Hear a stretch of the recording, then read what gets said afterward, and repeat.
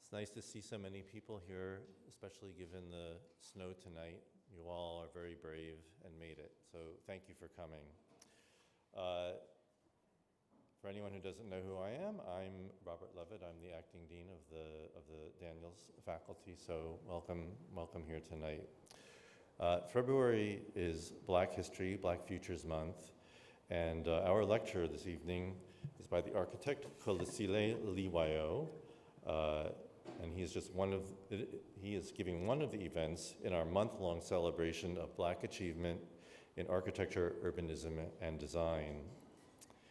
In addition to our public programming series, a student installation offering diverse interpretations of Black flourishing is currently on display on the second floor landing of the stairwell that you see just outside the doors to my left and your right. And there is also a display in our Eberhard Zeidler library of books and other resources devoted to Black figures and influences in architecture and related fields. So I urge you all, if you haven't already seen these things, to take the time to take a look, perhaps visit us again and see these displays. So before we get underway, I'd like to acknowledge the land on which the University of Toronto operates. For thousands of years, it has been the traditional land of the Huron-Wendat, the Seneca, and the Mississaugas of the Credit. Today, this is the meeting place that is still the home to many indigenous people from across Turtle Island, and we're grateful to have the opportunity to use this land. As many of you may know, the name of the avenue on which our faculty sits, Spadina, comes from the Anishinaabe word Spadina and means a place on a hill.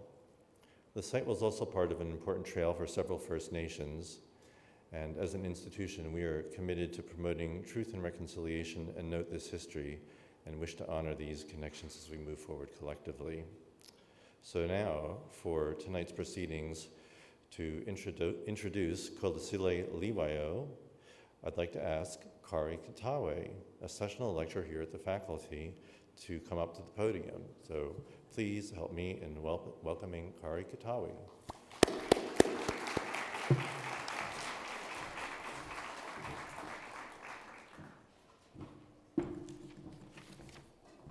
Good evening, everyone. And thank you, Robert. As Robert mentioned, my name is Kari Kitawe. I'm a landscape architect, an urban designer with the City of Toronto, and also a sessional lecturer here at Daniels. It is my great pleasure tonight to introduce Kholisile Dhliwayo, who will be speaking on the subject of Black diasporas, our stories. An architect by training, Kholisile is currently an Adrian Cheng Fellow at the Social Innovation Change Initiative at the Harvard Kennedy School, as well as the 2023 resident at the Center of Architecture Lab in New York. He's also a founding member of afrOURban, Inc., a collective dedicated to documenting and celebrating a more accurate narrative about the spaces occupied by Black people, both on the African continent and in the diaspora. The afrOURban collective is comprised of Black artists, architects, and citizens from 20 countries around the world, including the Angolan Venice Benile, architect and a matatu driver in Kenya. I think we'll see all these stories unfolding. Among other projects, Kholisile leads afrOURban's Black Diasporas Initiative, a geolocated oral narrative mapping project that examines the experiences, spaces, and places having meaning to Black people. Since 2017, the collective has hosted exhibits and screenings based on this project and others in New York, Montreal, Toronto, Sydney, and Melbourne. For a long time, our stories, Black stories, have been told by other people. And I just think it's very important for us to tell our own stories, which is what Kholisile is doing. Tonight, Kholisile will discuss Black Diasporas Tkaronto-Toronto. Afterwards, we'll sit down for a session of questions, some from you, the audience, and then we have a question and answer time and interact some more. And I welcome your questions. And now, allow me to invite Kholisile to come up to stage. Please help me welcome him.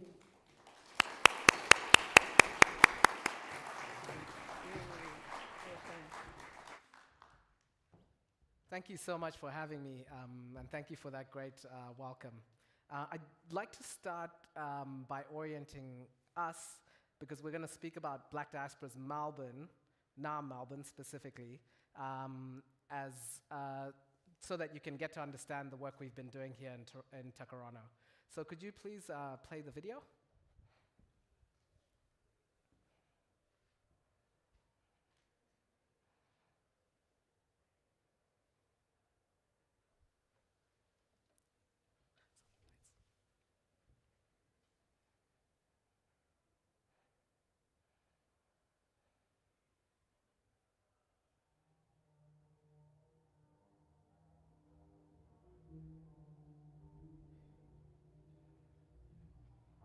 What does it mean to you to be African Australian?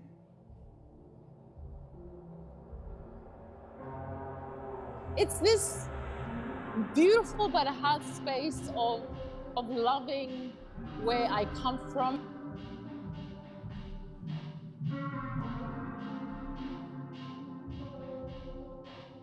I'm part of the social fabric of the experience of the culture, yet I still don't quite belong, if that makes sense. It's that constant recalibration of, yeah, this is home, but also it's not.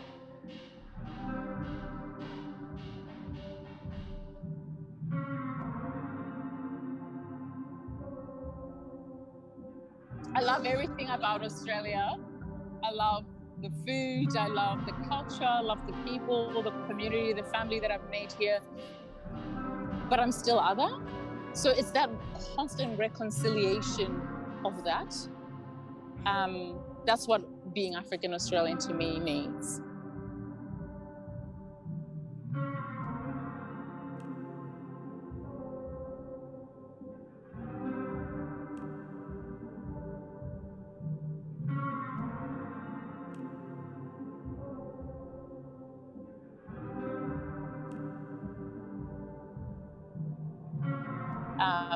It's knowing that when the rhetoric of African gangs come up, I'm having to also, again, reconcile that, ooh, this is home and African Australian, but really, am I? Can they still take my, my pass away?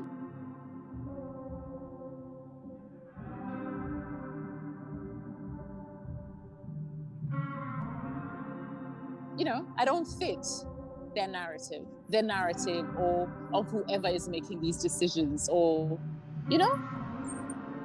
that's what African Australian means to me.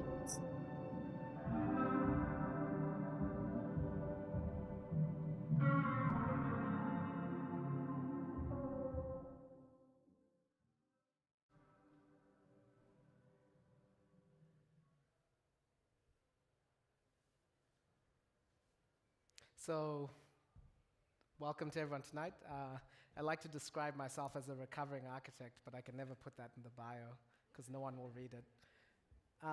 So, my name is Kholisile Dhliwayo, and we're going to talk today a little bit about Black Diasporas Naarm-Melbourne as an orientation for what we're going to be doing in Black Diasporas Tkaronto-Toronto. So the place we're speaking about is on the east coast of Australia. It's Naarm-Melbourne. It's on the unceded lands of the Wurundjeri, the Boonwurrung, the Tudjalwarrung, Djadjawarrung, and Wathaurong of the Kulin Nation. And just to orient you as to why we're talking about what we're talking about,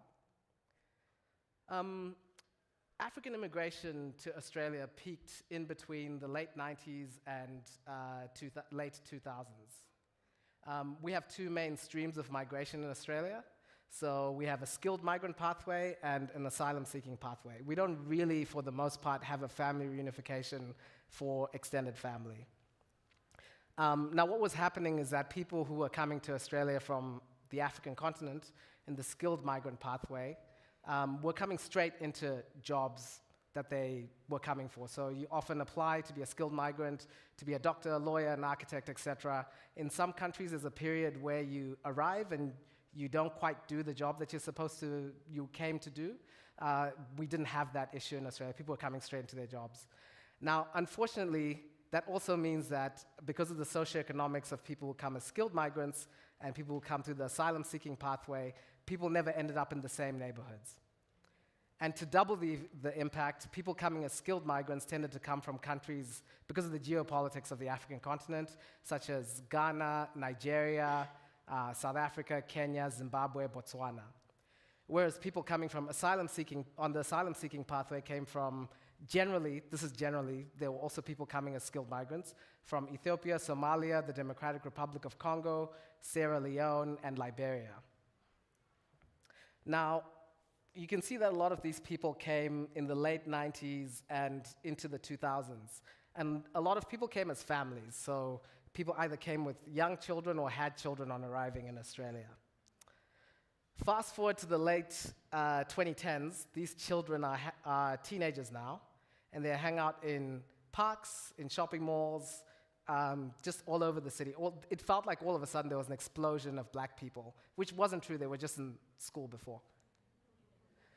And you start seeing headlines like this in the news.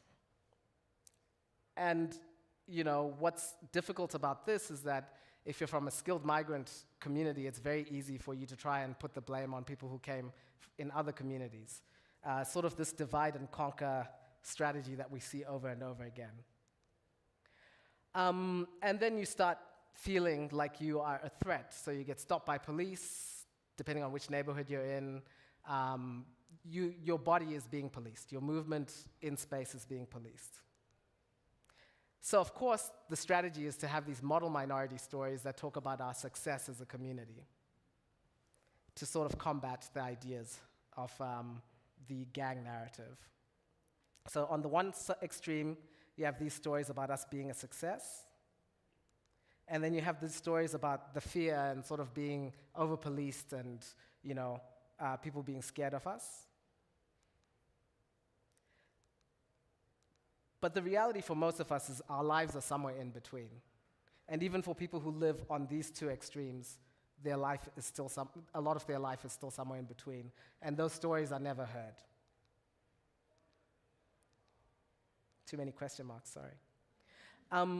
But the reality of these headlines is they exist within a framework of history, where racialized bodies are relegated to certain spaces and behaviors, like our celebration of practice of culture, is not something that is accepted in mainstream quote-unquote spaces.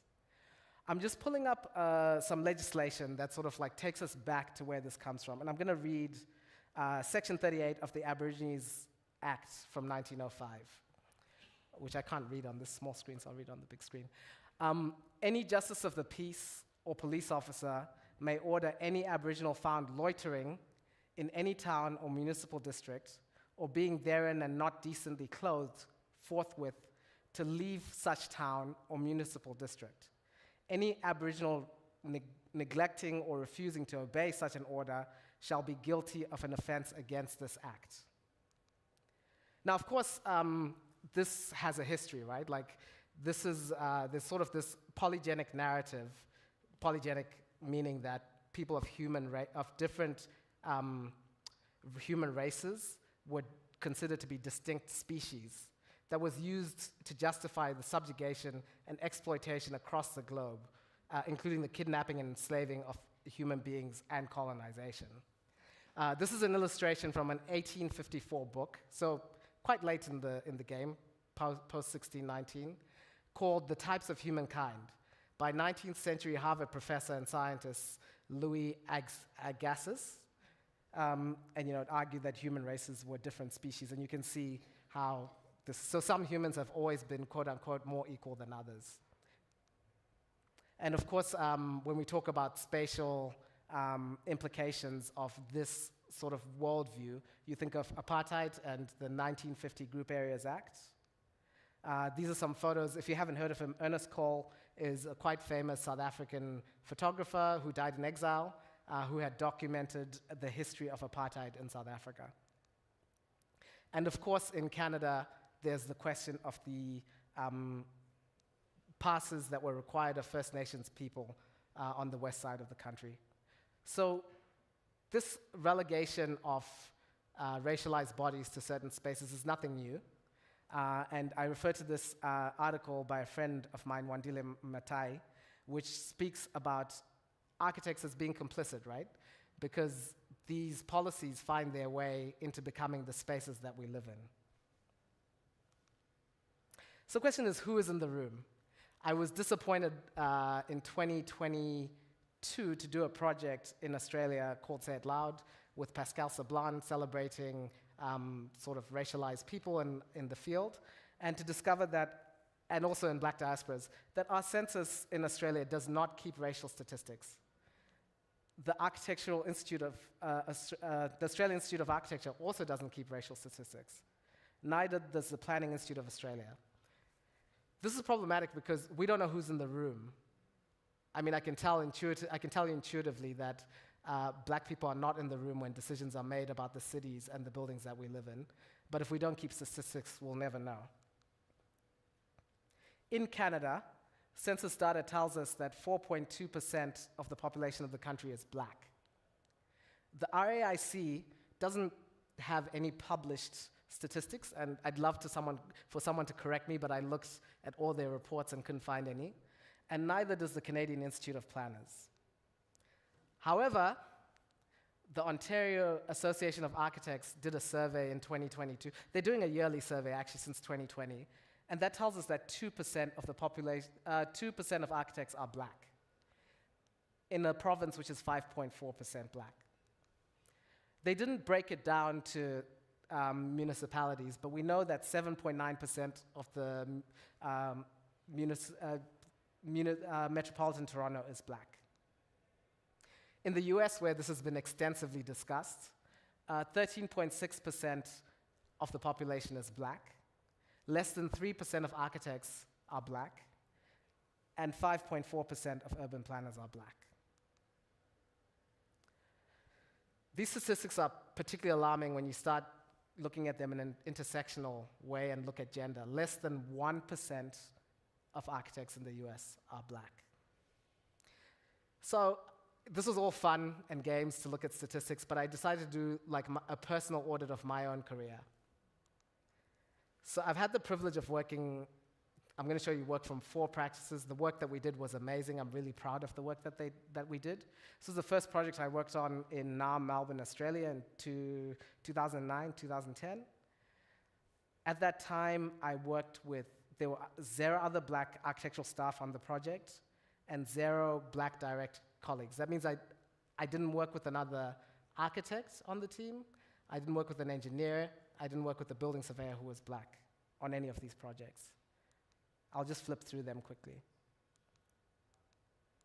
It's all work that I'm extremely proud of. And I guess part of what this project is saying is that, yes, we need to focus on getting more black architects into the field, but it takes 7 years to make an architect, so we can't afford to wait. There's been a lot of discussion about the role that we as architects are playing in gentrification and in systemic racism. But of course, despite the lack of representation, black people have been making space, homes, businesses, and third spaces for centuries. So how do we begin to celebrate and understand those stories? How do we begin to understand the missing middle between sort of the quote unquote illegal, unwanted spaces, and the superstar architects. So I'm just going to use an example of the reason why this project was started and sort of the missing middle between communities, because often we learn about each other through the stereotypes, through the media and the policy that stereotypes us. So my family, a lot of my family live in Werribee, which is on the west of Melbourne, and my family is of Zimbabwean heritage.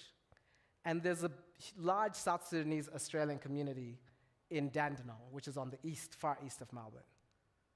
That's 62.8 kilometers, 1 hour when there's no traffic, 3 hours when there is traffic, minimum of 2 hours by public transport. So in reality, my family, Zimbabwean Australians, are relying on a lot of the public media and policy and everything else without direct relationship to understand what it means to be of South Sudanese heritage living in Dandenong. I pulled similar examples from Toronto, Rexdale to Malvern. I feel like Google was lying to me about this. It's 35 kilometers. It says 30 to 40 minutes by car. Is that true? It's true? Okay. This, I believe, minimum of 2 hours by public transit. So that means that a black person of Somali heritage living in Malvern is learning about a black person of Ghanaian heritage living in Rexdale through the media. And then we go even further. So I have family who live in Ajax, and that is 75 kilometers from Brampton. That says 1 to 2 hours drive, is that correct? And then I got this, I know for a fact that this, because I also have family who live in Oakville, and I remember trying to catch a train from Ajax to Oakville, and that's not so simple because you have to transition here. So it says 1.5 hours, but I put up to 2.5 hours because it depends how your transition goes. So again, that missing middle is an issue. So we need to find a different way of practicing, of making space and hearing each other's stories. And I'm just gonna play a video for you about a mosque that's 5 minutes drive from where about 20 members of my family live in Werribee. I've driven past this at least 100 times, but had no idea this was here.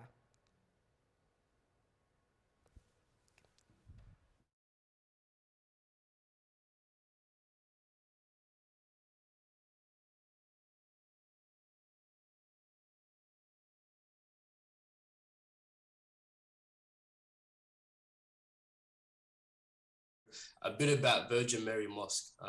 It's a local mosque here in Wyndham. I've been praying there for I think 15 plus years, ever since I was a young person. And why that mosque holds so much significance to me and my family and a lot of my peers is because back in 2004 there weren't a lot of Muslims here in Wyndham. There were very little Africans actually here in Wyndham. So we used to have this house that we used to rent out as a community. Everyone contributed to it, where we used to congregate and pray.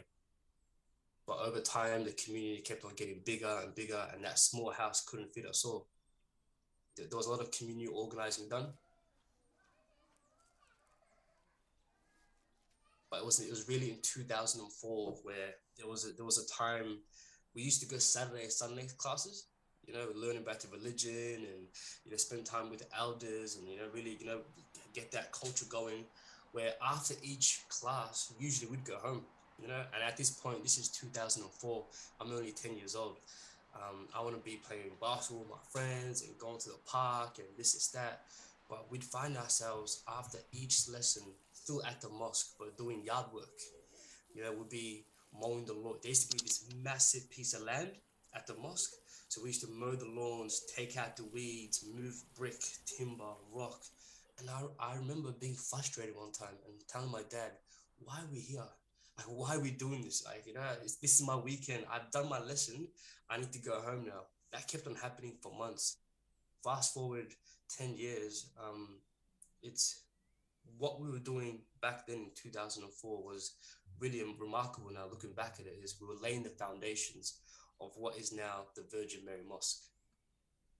and it's one of those, amazing experiences where now when I drive past the mosque or when I'm praying in the mosque, I'm so connected to this place because not only is it a house of God and a house of worship, but I've played a very small role in making this mosque what it is. And it's something that maybe I can, have that now being a father, and I can take my kids to the mosque and have that conversation. Hey, you know what? Your dad actually did, X, Y, and Z. And yeah, so, a lot of love and a lot of respect for the team at Virgin Mary Mosque. And yeah, it's amazing.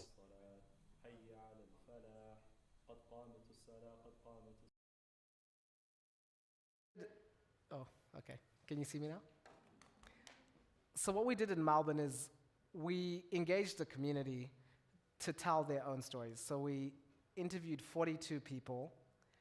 75 people were 75 plus, I would say like 76, 77, were part of making this project a reality. And there's 456 stories on Black diasporas. The way I've sort of reframed the way I describe Black diasporas, I now think of it as a Google Maps with drop-ins, where each drop-in is an audiovisual story. Because the other description was way too complicated for anyone to understand. So I'm going to go into the what. So for the architects and designers in here, I'm going to talk a little bit about the exhibition design and the process. I'll start with the process, actually. The way we go about this is we identify different interviewers from different Black communities, accounting for ethnicity, age, socioeconomics, gender, sexuality, and location. So that means in the case of Toronto, we make sure that not all of our interviews are of Jamaican heritage living in Little Jamaica, for example. We make sure to have diversity, so we have Ghanaian folks from the east side, we have Bajan folks from the north side, so sort of York, which I call the north side.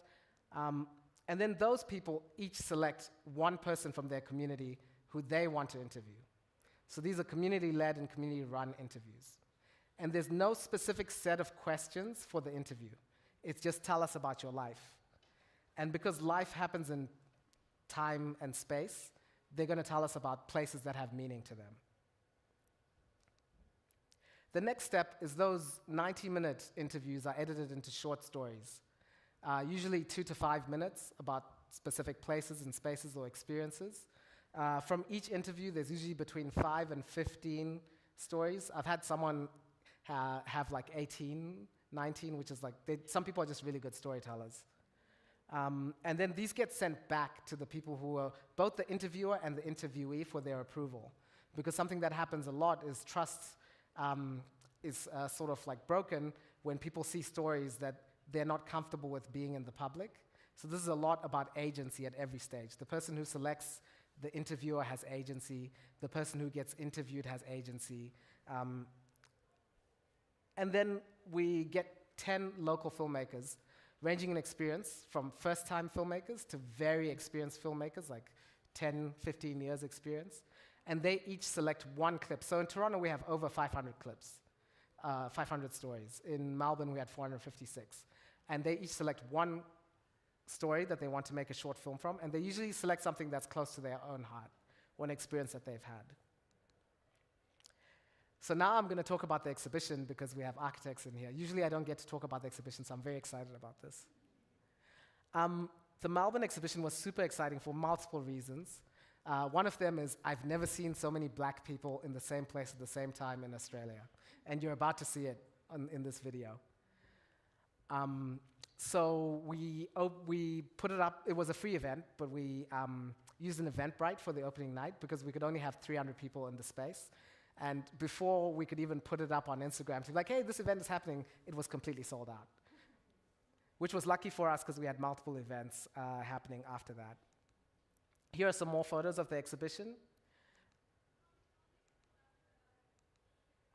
And the exhibition was centrally located because, like I told you, east, west, north, south. Well, no south really, but like Melbourne is quite spread out, and so we wanted to make it in a central location that everyone would have access to. Now into the architectural design drawings. So this is a plan of the space. It's quite a small exhibition space. We had a sequence that we wanted people to go through. So you would enter, and I think you've noticed this, this print is sort of metaphorical of the newspaper, and the headline is "Our Voices Telling Our Stories." So you'd come in and read the script about what it meant to us as African Australians to be in the city and telling our own story. And then you'd go to this next part, which is just the film, screened on this large screen. And part of the concept of this was you often, when you see things, you sort of start having ideas in your mind about what is happening. But when you can't hear the person speaking, you have all these preconceived notions that are very quickly dispelled when you enter this TV box space where you can actually hear the people speak to their own stories. One of the things that was quite important was taking off your shoes, not just from this perspective of making sure the carpet stayed clean, because this is carpet, but also to go through this practice or this ritual of making yourself vulnerable. You often take your shoes off in places that you feel safe. So it's like walking into someone's house as you hear people's stories. And in this space, it's one headset, one person. So it's a very intimate experience of hearing someone's story, one-on-one. And then you would go to what we call the collective memory pod, which is this headset sitting under a spotlight. So what happens with a lot of spotlights, like right now I can barely see all of you. When you're under a spotlight, it sort of like blurs your vision beyond the spotlight. And so you're able to really listen to the story in a way that you wouldn't normally. One of them had music, so someone decided to make a TikTok, which I thought was pretty cool. It's always nice when people do things you don't expect. And then we also had a space where people could tell us their own stories about the spaces that hold meaning to them. The map, which you could take home, and a very special poem written by Sarah Asumadu, an African-Australian poet. It's a poem to a black woman. So, like I said to you, for all the architects, space 2, if you see it in section, I never get to show this, so it's very exciting. Space 2 is where you just see. Space 3 is where you hear and see, and space 4 is where you hear. But one of the most special things about this exhibit was the events that happened in the space. It brought together people in different ways. So one of the events that came about as a result was a motherhood and maternal health conversation for black women in Australia, which, from what I understand, had never happened before. And then the different groups who we engaged with as we were looking for people to become interviewers came and took over the space and had events. Another quite special event that we had, so in Australia, black means African, but it also means indigenous. And we had this really special event where a First Nations-led talk, where First Nations folks came and told us about the collaborations that they had with different Black Power movements across the world. We also had city activations, so the TV boxes went to people. So we had them outside, we had them at the National Archives of Australia, who are a partner of ours, and in several other locations. So you would just be walking down the street and see this TV box, and you could go and pick up a headset and see a story or listen to it. We hope to do the same thing here. And then film screenings, which I really look forward to because I like having other people talk and listen. So a couple of the filmmakers are here tonight, so it's very exciting. So hopefully you will be willing to come and talk about your work. Same with the interviewers and interviewees. One of the most special things, so many special things, this truly is one of the most special things about this project, is it's made by community, by 75 plus people in Melbourne. And in Toronto, I think will be more than 120. So it truly belongs to all of us. It's something that we collectively make. So here we are in Toronto, and I have my own personal reasons for wanting to do it in Toronto, including my family, some of whom are sitting in this room. But there are also some very important reasons to start in Toronto, including, I'll start with the demographics. 4.2% of the population of Canada is black. We sort of saw that before. 5.4% of the population of Canada, of the population of Ontario is black, and 7.9% of the population of the Toronto metropolitan area is black.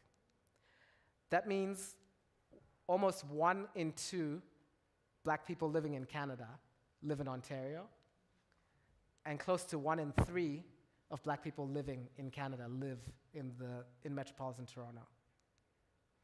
So where we're up to, we've identified the interviewers.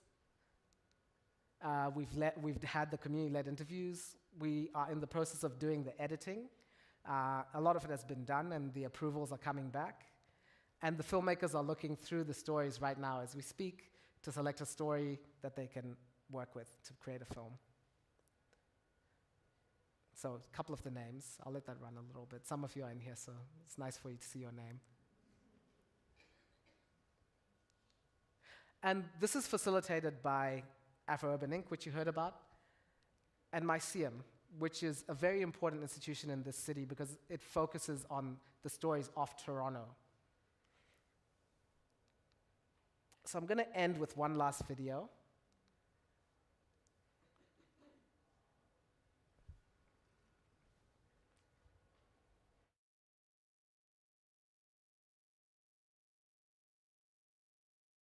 I feel like Black people need those classes more than the other cultures, not because we don't know how to dance, but because we kind of feel, we need to feel connected to each other and to see some, and it just breaks my heart to feel like, to see like Black people saying that they won't go to a class because they feel ashamed, because they don't know how to dance. And even if they don't say it, you can feel that's the reason why, you know? And I just don't understand how in an African dance class or in a Caribbean dance class, you have more white or Asian people than African people or Caribbean people. For me, it does not make sense, because that's us, you know, like we go, like it's our time to, it's also like a time for us to party. So I'm just like, I've been trying to think and how I can like include really more Black people, because it's, even actually for white people or for Asian people or other people of other backgrounds, it's good for them to see that there are more Black people coming into those classes, because Afro is not linear like ballet, for example. Ballet, everyone does the exact same step, the exact same way. When Afro, Zouk or whatever, Gwoka is a dance from Guadeloupe, it's everyone does the same step differently, because we all have our own culture, our own personality. We vibe the same, but we don't do exactly the same way, you know? And I think it's important for other people to see that instead, because when I teach, I know people would ask me questions like, yeah, but I'm not doing it. They would tell me stuff like, I'm not doing it like you. And I'm like, it's normal. You're not supposed to do it exactly like me. Like, that's not the point. Your body is different. You coming from a different country, you move different, you walk different. You can't do the same thing, as it's just not possible. And people would stress about that. They would stress so much about doing exactly the same as you. Well, if they could see more Black people and seeing how we're just happy to dance, you know, like, okay, it's a choreo, but we love it and we don't look the same. You look at any video on Instagram, you see 3 Black people dancing together. None of them is dancing exactly the same. And they're not freaking out about it, you know, like, so I think it's also a good example to show for the other cultures, and as well as being all together and sharing together, because it's a class is a class, okay, you're learning, but it's also a time to share with other people, you know? So I'll just wrap up quickly and then we can. So I mean, I think the purpose for me in doing this project and in working on this sort of work is really to like look at different ways that people can tell us about the spaces and places that have meaning to them, because often those stories are erased. And I've actually learned a lot, like after, 7 years of architectural training and then like 10, 12, 15 years of working. I learned a lot more from this project about Black people than I have in that entire time. So I guess it's just kind of also a challenge to us to think about whose voices are not in the rooms that we're working in and how we can bring them in a way that allows for people to have agency in what happens next. I'll stop there. Thank you.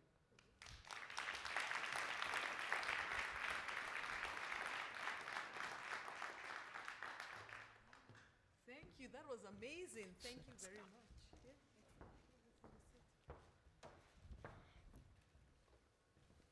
Wow.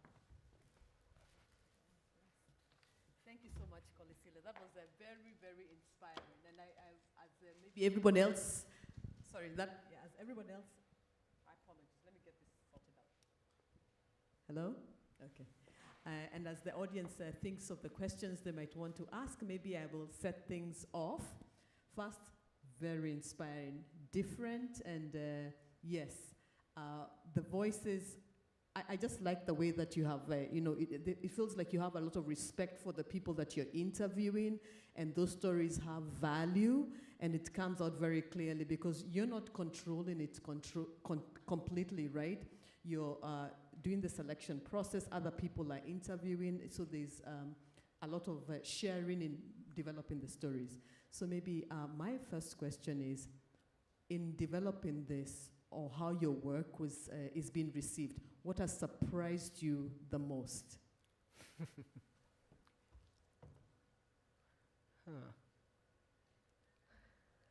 I think I've been most surprised by the collaborations that happen afterwards. Okay.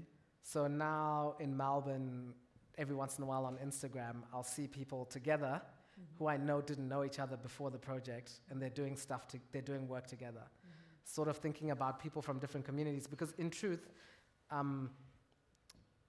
the reality is when you move somewhere as an immigrant, or when you're born into an immigrant family, you spend a lot of time in your community and in your neighborhood, and so you don't get the opportunity to necessarily interact with people who are outside your community unless you really go out of your way.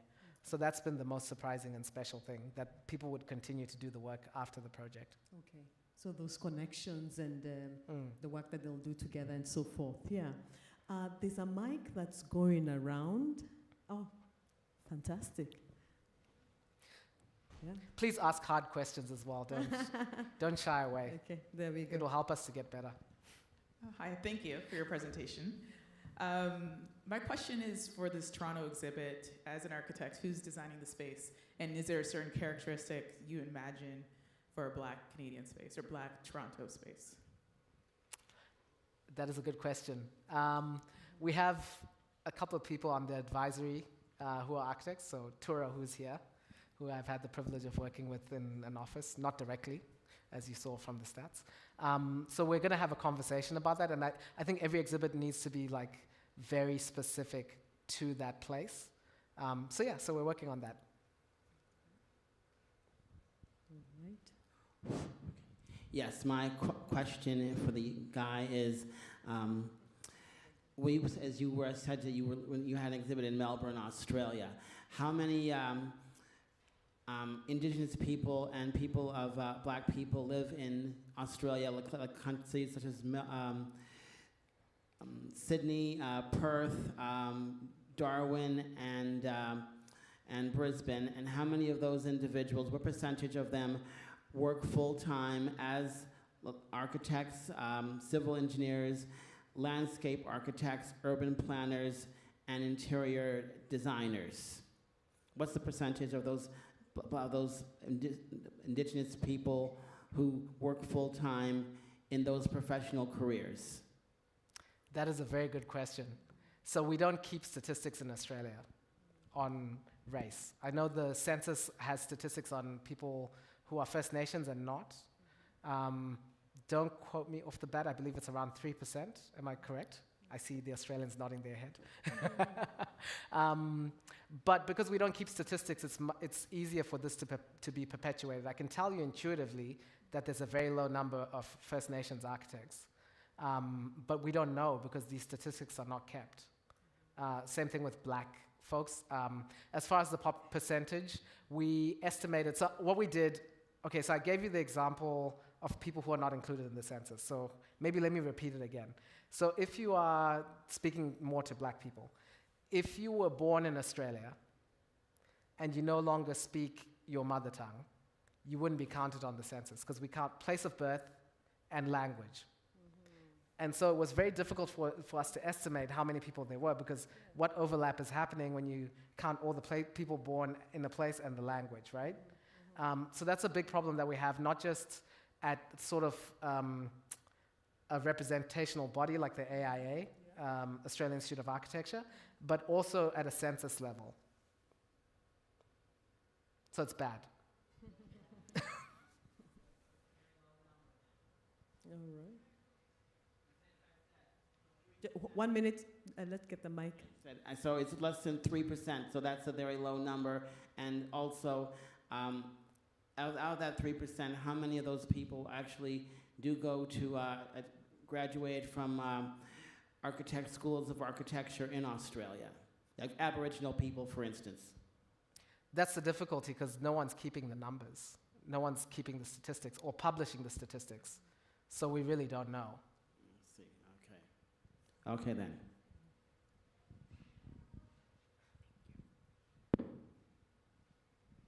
And I guess that's the challenge, right? And if we don't have the numbers, then you can't maybe create movement or come together, or you don't know each other. So it's a way that just makes other collaboration difficult.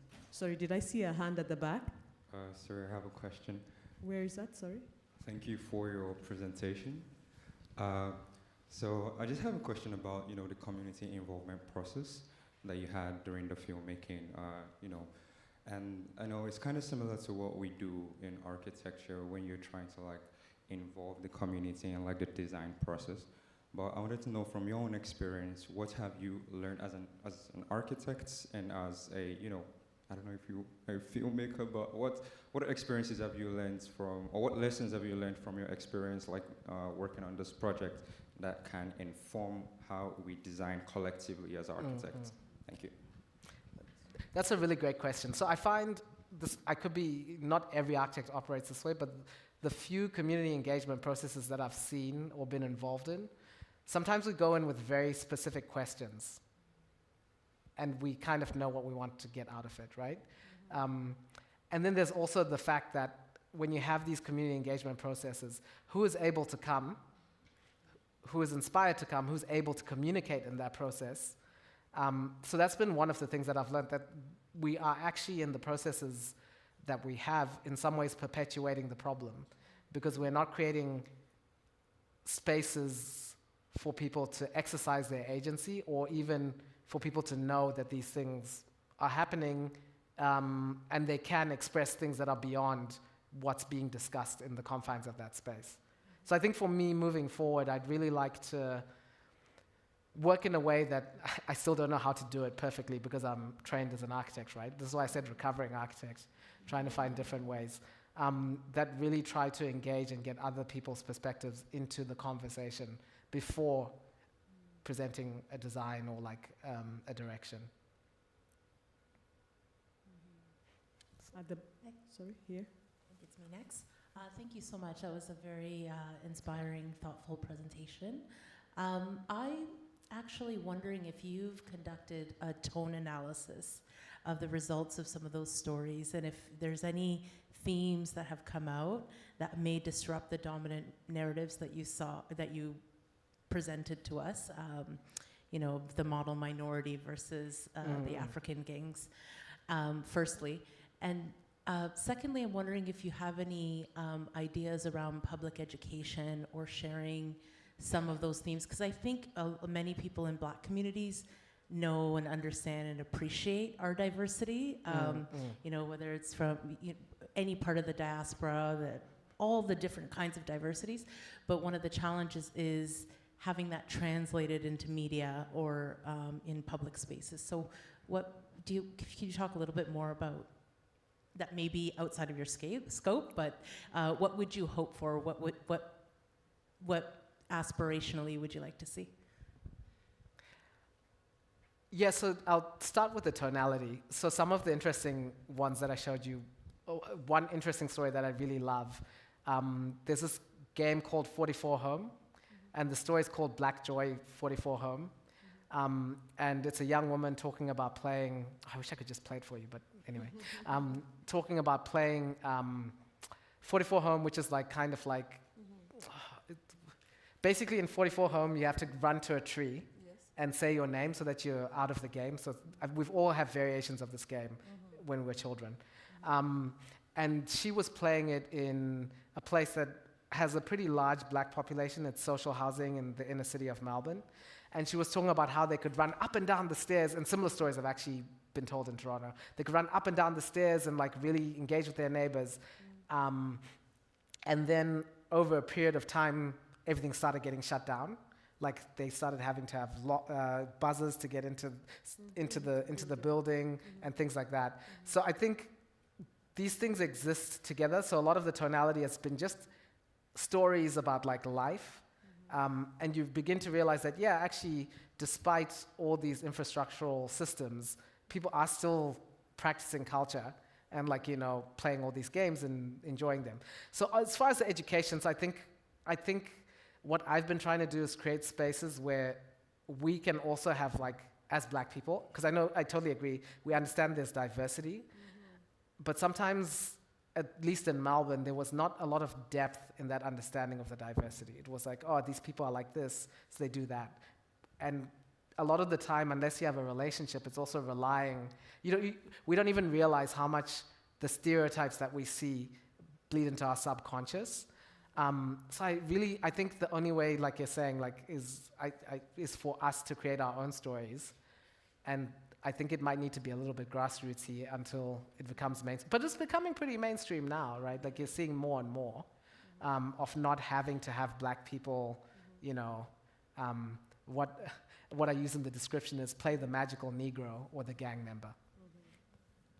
And you're here now telling Yes. this story. Yes.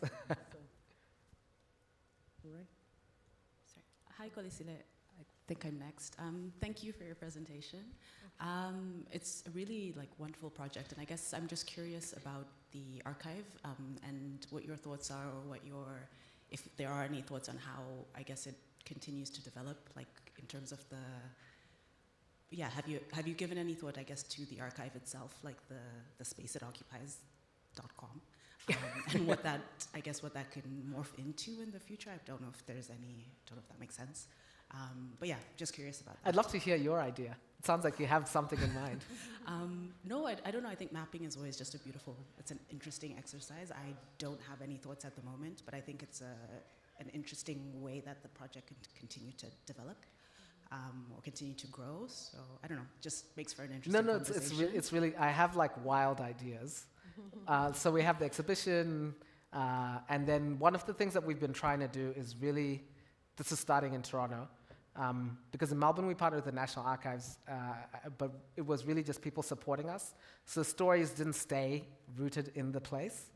So in Toronto, we're very lucky to have a partner in Myceum, so the stories will stay here, and will stay in the city, rooted in the city, so they will pop up every once in a while.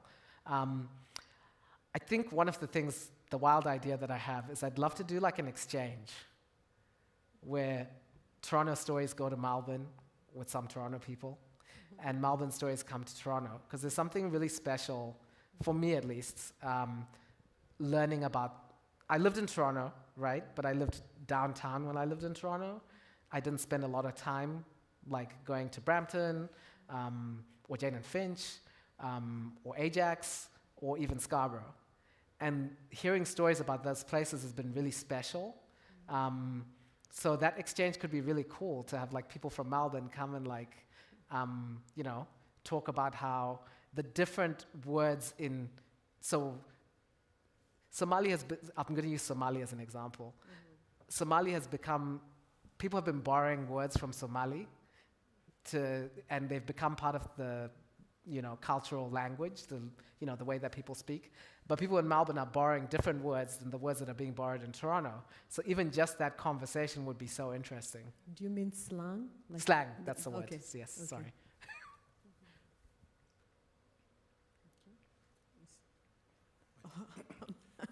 Hi there. Thank you for a great presentation. My question is, I just wanted to ask, because you kind of alluded to it during your presentation. Just wanted to know if you could maybe speak more about gentrification and the impact of that, in a city like Toronto where that has taken place. And I just wanted to know if, through your journey in creating this documentary, where there were stories shared about the impact of gentrification, not only here in Toronto, but also in Melbourne. So thank you. Yeah, so talk about community engagement. Thank you so much for asking that question. It's a great question. And it just prompted something that kept coming up. So people in Toronto, there was one person who talked about, actually a couple of people, talked about these notices that sort of show up. And then you hear there was a community engagement process and oh, something is going to be built over here. And similar things were happening in Melbourne. Yeah, so it's a huge issue. And I think we as architects often struggle with our place in it. because we just do the building, you know, and we sort of we're complicit, but we sort of put at arm's length. The building was going to happen anyway. Better I do it so that it's not as bad as what someone else would do. I'm going to be honest, I'd love to sit up here and say, you know, there's a solution to this, we're going to solve it.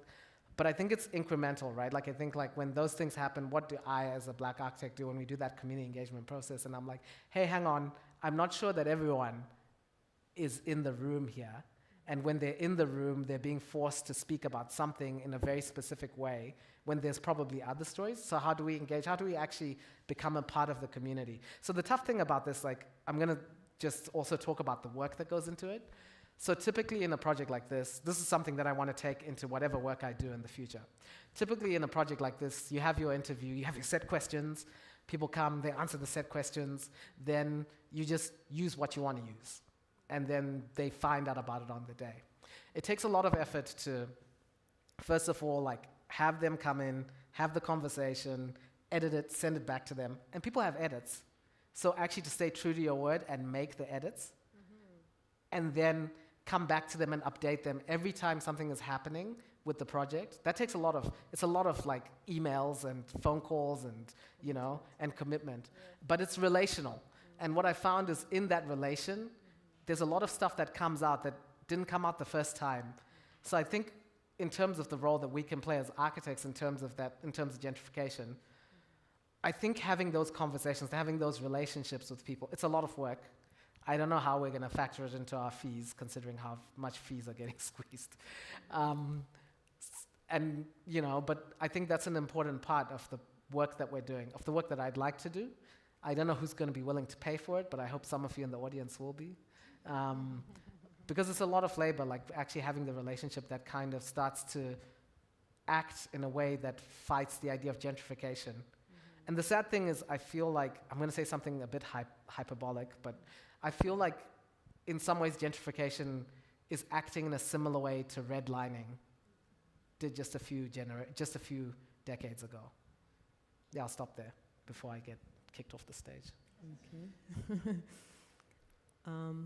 So I just wanted to also just articulate, because you said something, and I know the City of Toronto, when their community consultation meetings, they do send a notice within a radius. So, but to your point, perhaps maybe that radius of the people who are notified, maybe the way it's being done, or maybe the way the meeting is being run, to your point, maybe some people feel excluded, or maybe the timings, and perhaps there can be more creativity in that regard. So I think that's a good takeaway. Can I add something to that? Yes, add. So I feel like I have the language, and even when I get those notices, I'm I don't have time to go to this meeting. And I'm not going to go to this meeting because no one's going to listen to what I have to say. And I'm I'm not talking about Toronto. Okay. I'm talking about just generally as a human being. When I receive, so if I'm feeling this way, how is when you say time, do you think that it should be another time? Do you think it should be approached in another way? How can they accommodate you so that you can be at the table? Because there are sometimes I have attended some community consultation meetings, maybe there are tall buildings being done, and maybe 10 people show up. But so that's also disappointing. So so how do you think it could be? So it could, for example, you personally, how could it be tweaked so that you can make the time? I think this is very relational, right? We're relying on this one time for everything to happen. I think what some of the things that we could do is start to engage with the community, find out who the players are in the community, where do so. I know a couple of communities, I'll speak to New York and even in Melbourne, there's always some corner where there's always men playing dominoes or chess or cards or something. What about having a conversation with them in a non-threatening way? One of you going there and playing with them and having a conversation about what they do in this space. I just think we need to be really creative about how we do it. Okay. I don't know if I answered your question. No, it's an interesting idea. Being hyperbolic. No. There's no bad idea. And that's the way you engage people. Perhaps not everybody can come and sit formally and give comments like that. It's awkward for them. So maybe there's a more interrelational way it could be done. I don't know who'll pay for it, but yeah, that's a good suggestion. Wait, you have to wait for the mic. It's more of a comment than a question, just to build on what you were saying. I think also from personal experience, part of the challenge is also that it happens overnight. Like one day you're attending the park, or you have your place you love to play dominoes, or that one corner store that like you grew up in, and like you go there every day for whatever it is. Your mom sends you to get the lotto ticket, whatever. And then one day you wake up and there's a notice. So it's not even just the notice to come to the event, but the notice that something is being built here and it's gonna be taken away from you. And so I think it's that heartbreak and that sentimental attachment that you have to your community and the people around you and the memories that are built into those things that get stripped away alongside. So even if you do the consultations and everything happens, it's still that piece of, it's like, you're asking me now, but you already took it. And so just thinking that through, and like just some of my experiences living on Western Road, whatever the case may be, and like what that meant to me and how we engage with community. It's like, I love the fact that you said come in and sit down and play dominoes, because maybe in your design you figure out, okay, this is an important aspect of community. How can we do this? I've heard of a story just yesterday. I was into a podcast and they're talking about like a swimming pool in a community, but like the people in the community were like, I don't like to use public swimming pools. Like, I don't like to be out there, Muslim women, so like, I don't like to be exposed to folks. So like, I'm never gonna use this space. Why would you put this like pool here, you know? So just thinking things through, it sounds nice on paper, but like in execution, when you don't know who you're working, like you don't know who you're servicing, it's never gonna work out. So yeah, thank you for that conversation.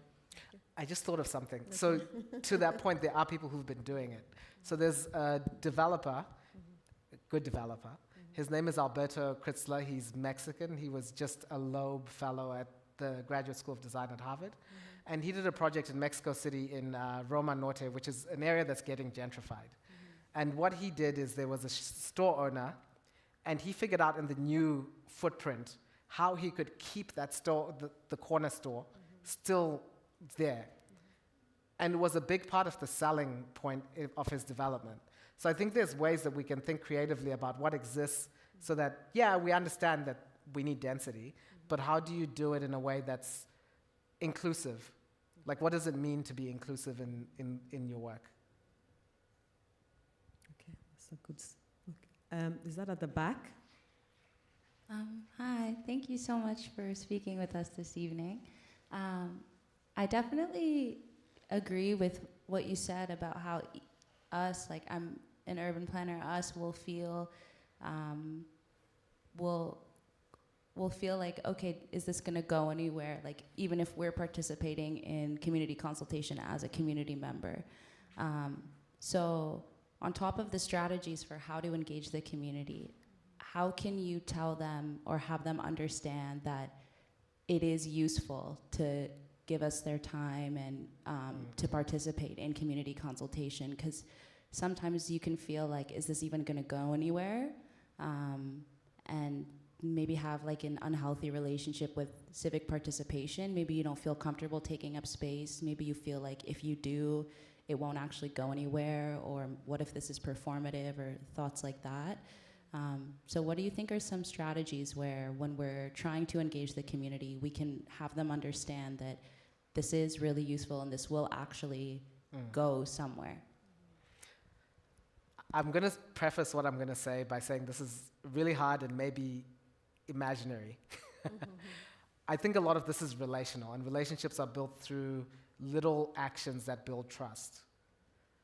So I think having a conversation that's sort of like, you start slowly, right? Like you do something small, and then the person trusts you. And then you can do more, and then they start believing that their opinion matters, because they didn't just wake up overnight and we didn't just wake up overnight and start thinking that our opinions didn't matter. It's been a process of people not listening over and over and over and over and over again. So in order to rectify that, I think we have in our mind that we're just gonna be able to, sorry, I'm sounding a bit harsh, but I'm not being harsh towards you. I really love that you asked that question. I think a lot of people we have in our mind that if we just go and we make this, we just create this meeting, everyone will show up and they'll just listen to us.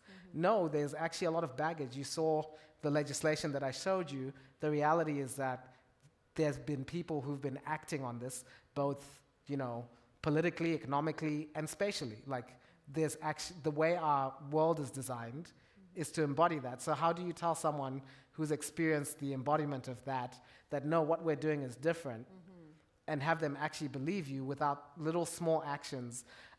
What I've seen, sorry, I'm jumping around a lot. What I've seen people do sometimes is do temporary interventions that sort of make people see that you're actually... Pilot project? Yeah. That make people see that, oh, okay, you want your dominoes preserved, how are we preserving the dominoes? This is what the dominoes could look like, what do you think? And then they start seeing, or maybe you have the conversation about, we're going to keep the dominoes corner, and you start showing them and having conversations about what it could look like.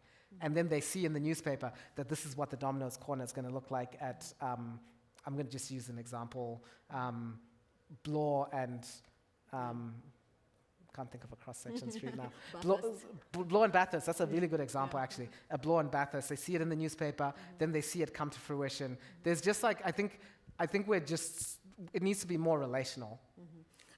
I think also something like that, maybe it can't be solved by one person or one group of people, and I think many more people have to come to the table, because if it's a development, let's say, for example, I own this land, then I do have a right to develop it the way I should, but also, let's say you're involving city officials. How do all these people come to the table and actually see how they can do a development that's good for the people or for the community? So it can be, one party cannot play a heavier hand than the other. There must be a willingness. And then, of course, the community has to come to the table. Yeah, but no easy answers. Yeah, just questions. Lots of them. Anybody else? Okay, right there. Thank you. My question is, what have all these stories taught you about space? Like, are there common key attributes of really beloved spaces, or are there surprising things you've learned? That's fantastic. I wouldn't say that people you subvert a lot of spaces, like the way we think about designing them and what they should be for. One example is in front of Melbourne Museum.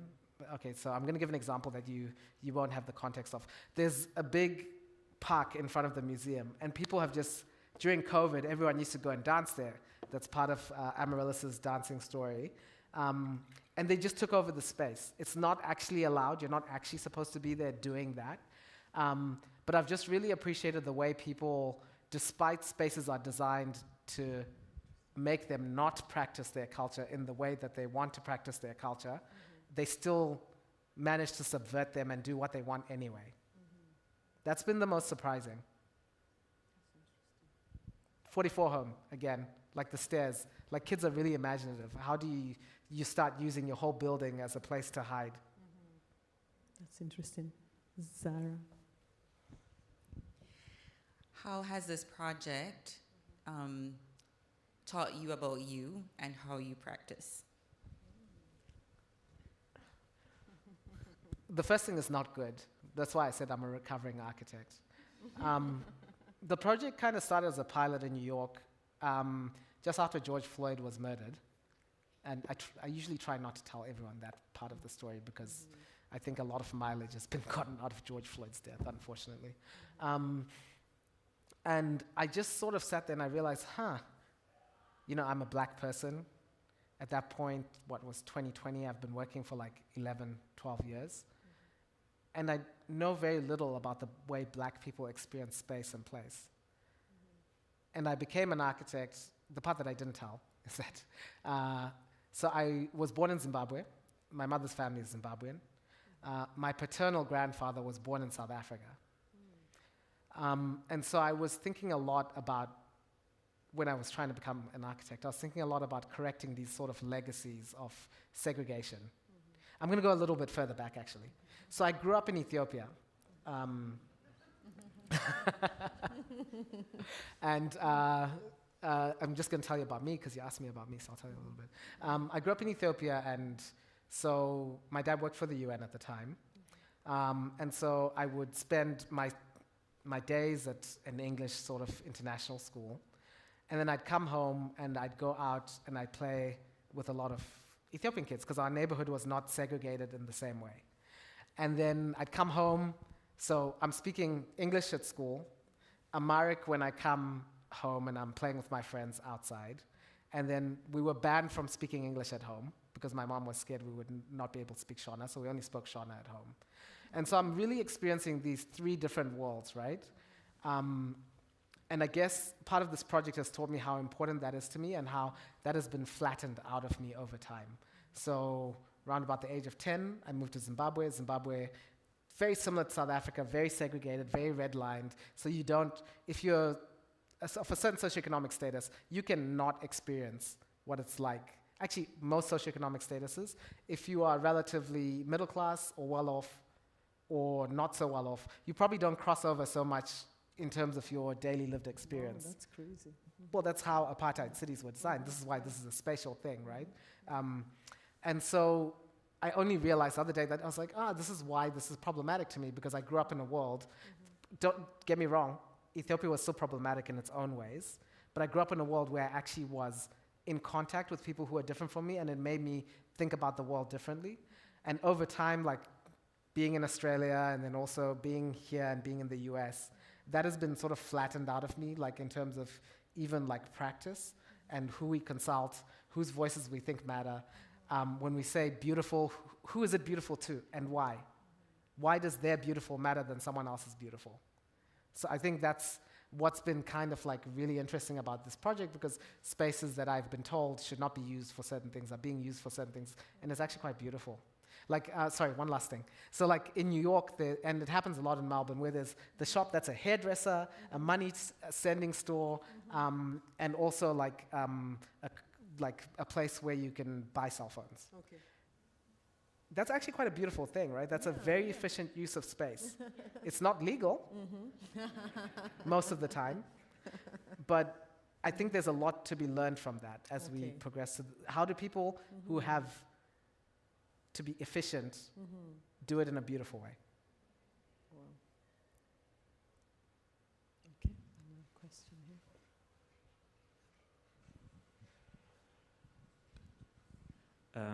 What was your favorite part working with the filmmaker? Okay, so the Virgin Mary Mosque story that you saw was the first film that came back from Melbourne. And you're a filmmaker, so actually this is a good tidbit for you. Raul's one of the filmmakers. So I think one of the things that we've told you is there's no like first, second draft. Like the filmmaker picks the story and they make a film. We don't like dictate what happens with the film, any of the work that they do. So when the films come back, it's quite a surprise, right? Like, what did this person see in this story that I didn't see? Or like, what did this person see in this story altogether? I remember seeing it and just being like, wow, this is really amazing. Especially the bit where they had the brothers. Those are actually brothers, right? One older, one younger brother, where it's like before and after. Just seeing the films come back was really beautiful. And they're all very different because you are all very different people. And yeah, that was my favorite part, seeing the films come back. So I'm looking forward to the surprise. I guess we'll have one more question, and then we have two. Okay, let's squeeze in two. There's one here, and I think there's the person at the back. I think you put up your hand first, right? I want to apologize. I'm not a very linear thinker. So if I've gone round in circles answering questions, that's why. No, you tell stories, right? Hi. Yeah, fantastic presentation. My question is not even really a question. It's just something I've been grappling with on my own, and I just wanted to get your thoughts. So this idea of being Black is... Okay, so just context to the question. I'm Nigerian. I moved here not too long ago. And I think I grew up in Nigeria. And when I was there, I don't know, it's like I feel like I became this identity, this idea of being Black was put on me when I moved here. It's almost like that identity, I'm Black in relation to other people, not me. Because back home, I'm just another guy in class. I'm just another Nigerian, right? But when I moved here, I became the Black guy in class, you know, like in school. So it was interesting grappling with that idea. It was a new concept to me. I mean, obviously we know about Black people and everyone, we're Black, right? But like, it didn't hit me as an identity thing. So I just wanted to get your thoughts on that, especially as someone who's moved around a lot, now living in Australia. Like, what is that? Just your thoughts. Yeah, it's a super interesting thing to come from a country. I'm sure you've experienced it too. I think every Black person, yeah. When you come from a Black country, right, from an African country or where most people are Black, you arrive and you're informed you're Black. You are like, oh, I didn't know, but yeah, I hear you. I get you. So let's hear his response. Whew, okay. It's tough because there's so much in that. Yeah. And this, because you're asking, what does it mean to be Black, right? And what does it mean to have this identity put on me? But that's I think that's kind of also the purpose of the project, that there are so many ways to exist as a Black person. You know, when I was showing the two ends of the spectrum, and I was like, it's not really a spectrum, it's more like this sort of like mosaic puzzle, and there's like two pieces that are being pointed out all the time, but there's so many ways to exist as being Black. I think it's really complicated, if I speak quite frankly, because this is the hard thing. Okay, I'm just gonna say it. I don't think this is the way you are thinking, just clarifying, but I think some people are taught that our Black is different from their Black, and sometimes I think there's this balance of straddling, like, we are different. Like, you as a West African and me as a Southern African are different. It's just a fact. But I think a lot of the times our difference is used to exploit us and have us working against each other. Because your Black is better than my Black is kind of what we're told, right? Like, that model minority narrative. You're not like the other Black people. I don't know if you're Black, you've probably heard that somewhere. You speak so, the way you speak is so different, or whatever, and it's... What Black I think, am I washing our dirty laundry? I just think like it's a very interesting conversation to have. We did have a talk on belonging and inclusion, on belonging in Australia, because what does it mean for me to be an African Australian? Some people are like, I don't call myself African Australian because I don't subscribe to the colony of Australia. Interestingly, those were people who were born in Australia. So it was, anyway, I don't have an answer. I grapple with it too. I try to, I've personally moved to a place where I prefer to have that conversation in-house with other Black people. When people who are not Black ask me, I say I'm Black, and it's the same Black as that Black person. And then we can have our own little, because I don't want my difference to be used as a weapon against other people. Okay, it looks like you have a lot to talk about. Yes, after please. Here. Please, I didn't answer your question at all. Yeah, so we'll let you go next. This might be a good question to end on. It feels like you're in the middle of something here, but that there is an end to it. That is, you have at the moment 3-4 cities. You could continue this work. You'll finish the project. I'm wondering what comes next, and I'm wondering in a particular way what comes next. It seems to me you yourself said, and I know this also to be true, that visibility is not action. Visibility does not necessarily produce the change that you might want to see. It's not enough. But it's not to my mind, what you've done here is not solely about making something visible. It's about connectivity, which you've said many times. And so I'm wondering how you feel about building solidarity and what you're hoping might follow this basically I'm asking about the political future of this effort on your part.